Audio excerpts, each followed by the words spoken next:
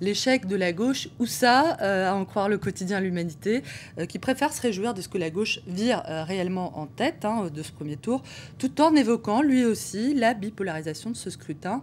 Eh bien, le phénomène serait, d'après l'UMA en tout cas, l'une des conséquences du niveau élevé de l'abstention, mais aussi l'un des effets de la limitation du mandat présidentiel à 5 ans et la conséquence également de la réduction des législatives à une sorte de scrutin de confirmation, je cite L'Humanité, qui se désole, je cite toujours, du présidentialisme forcené qui a également conduit à la déformation de la réalité politique du pays. Problème encore amplifié par l'absence de proportionnel, d'après le journal.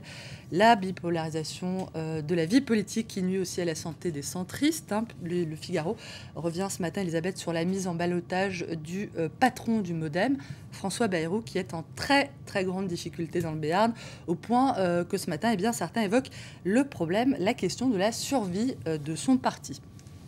Pour le moment, donc, avantage à la gauche, avantage perçu toutefois avec pas mal de nuances. Alors, le journal La Croix nous parle d'avantage tout court. Le Parisien évoque pour sa part un net avantage à gauche, même si le PS n'est pas sûr d'obtenir à lui seul la majorité absolue. Et c'est à voir à la une avec François Hollande, cette fois au moment où il a glissé son bulletin dans l'urne, un geste qu'a accompli également son Premier ministre, Jean-Marc Ayrault. Vous l'avez rappelé, c'était hier à Nantes, il a été réélu dès le premier tour.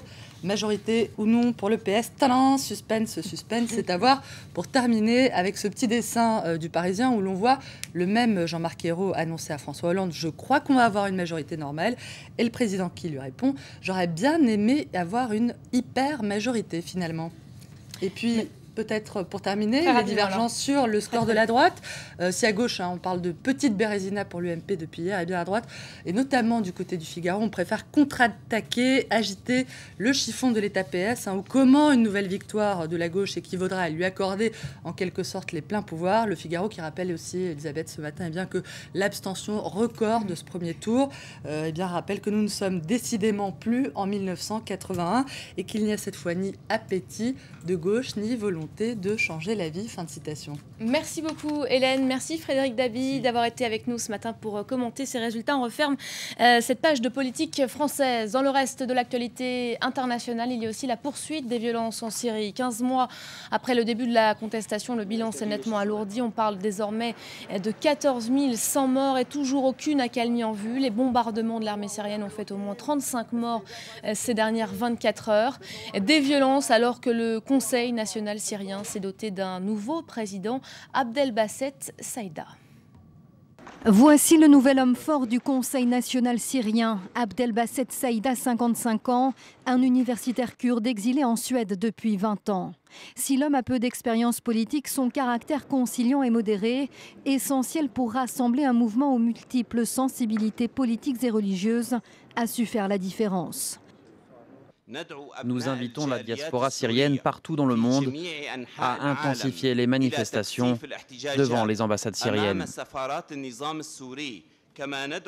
Nous invitons aussi les responsables civils et militaires à rejoindre le peuple, car l'affrontement est à son apogée et il faut choisir son camp.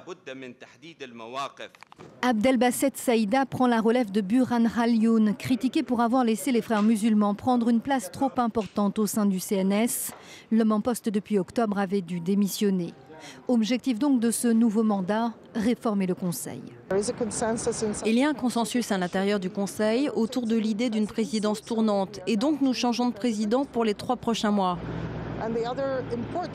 L'autre changement important, c'est que nous allons restructurer le Conseil au cours des semaines à venir. Un président qui ne devrait être qu'intérimaire donc. Sa principale mission, élargir et unifier le CNS pour en faire un interlocuteur crédible. Autre objectif affiché, renforcer les liens avec les militants sur le terrain et l'armée syrienne libre. Bienvenue dans le Focus du jour. Le projet était dans les cartons depuis plusieurs mois déjà.